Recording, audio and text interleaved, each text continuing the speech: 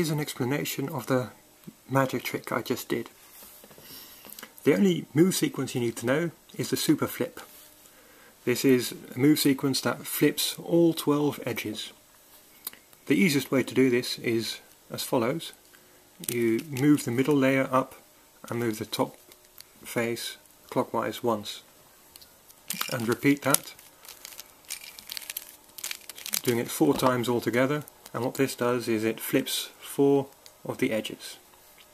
Now rotate the cube around this corner, like that, and then repeat those moves. So now 4 more edges are flipped, and again rotate around that corner and do the moves one more time, and then the final 4 edges are flipped. So now all edges have been flipped. It still doesn't look really mixed up because you can see these crosses.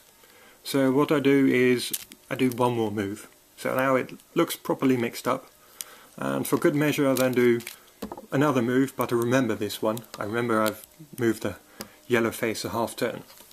So you come out with this cube and it looks properly mixed up, and you say that you want somebody to do some random moves, further random moves on it, and I show it by doing a half turn on the yellow face, undoing that last move I did before. So now it's mixed up only by a super flip and one random move, and so I hand it to somebody who does a random move, and somebody else who then also does a random move. So now it's mixed up by the super flip plus 3 moves. When it's handed back, all you have to do is do the super flip,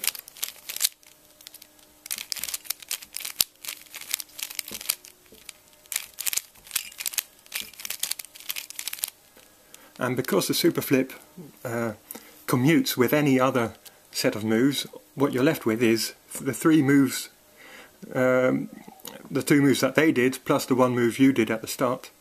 So this is fairly easy to do just immediately, just by intuition. So you undo those 3 moves and you're there, it's solved.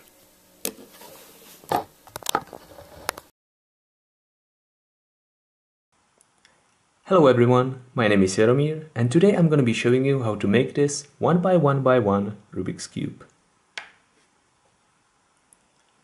There are a number of different ways how to make a custom 1 by 1 by 1 cube, and a lot of them are thoroughly described on YouTube already. For example, you can take a corner piece from your Rubik's Cube, cut it into the cube shape with a handsaw, sand down the excess plastic and fill any holes with epoxy sculpt. Another popular method seems to be to build a cube from Lego pieces. You glue them together, cut out the studs with an X-Acto knife, and round off the edges with a scrap of sandpaper. These methods are great if you have spare corner pieces lying around, or if you're happy to put up with the size of your Lego pieces. My method, however, allows you to quickly make a very light cube of pretty much any size without using too much of epoxy sculpt or having to damage a factory-made cube. If you want to learn how, keep watching. To make this little cube, you will need a pencil, a ruler, a sheet of thick paper,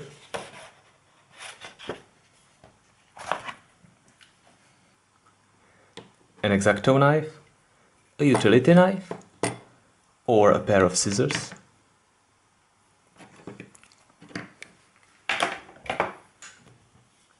glue, a little bit of epoxy sculpt, sandpaper, preferably 400 grit and 600 grit for fine sanding, and a spare set of stickers. Optionally, you can also have a Rubik's Cube, a caliper, a pair of vinyl gloves for hand protection, and some black spray paint. First, you need to decide how big your cube should be. Once you have your measurements, take a piece of paper and start drawing a basic cube template on it. I'm using a brand new sheet of paper from my sketchbook, but really any piece of paper will do as long as it's large enough and not too thin.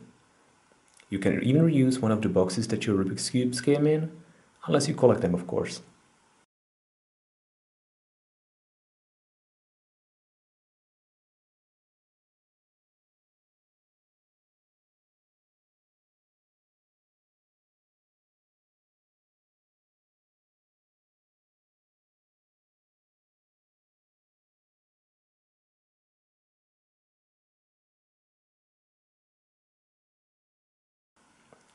When you have the template, take a knife or pair of scissors and start cutting it out. If you decide to use a knife, don't forget to put something under the paper to protect your table. Use a ruler to guide the blade to ensure that outer edges of the cube are straight. As you can see, I'm not using a ruler to cut out the little tabs because those will be hidden inside of the cube. Once the template is cut out, use the blunt edge of your knife to score the inner line slightly. This will make the paper so much easier to fold along these lines. Finally, apply some glue on the little tabs along the edges and glue the sides together. You should now have a nice little paper cube.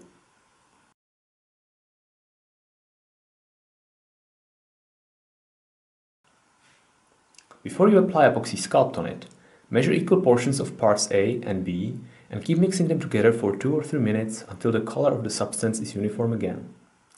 You will be applying it in thin layers on the paper cube, and it really doesn't take too much time to mix more, should you need it.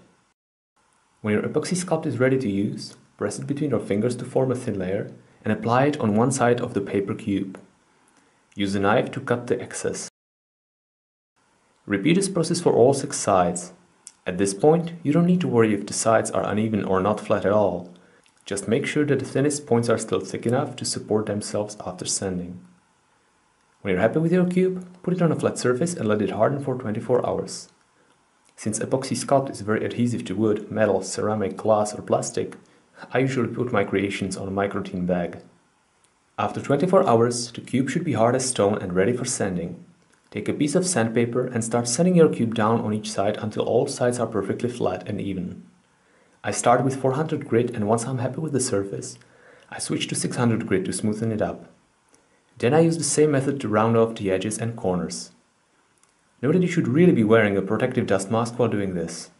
As you can probably see, I also prefer wet sanding because it produces less airborne dust, and especially with the 600 grit, makes the finished surface even smoother.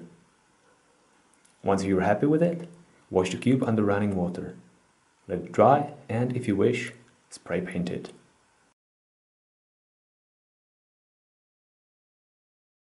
So here is the fully painted cube.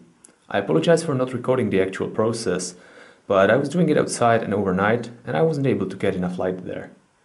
Anyway, I applied 3 coats of black paint on each side, letting it dry for 30 minutes after each coat. Now that the cube is finished, the only thing that's left to be done is putting on stickers. To do so, I like to use a blade to peel the stickers off from the sticker sheet and then position it over the cube. When I'm happy with the position, I use my fingers to press it against the surface of the cube and to ensure that there are no bubbles underneath it. I repeat this for all 6 stickers.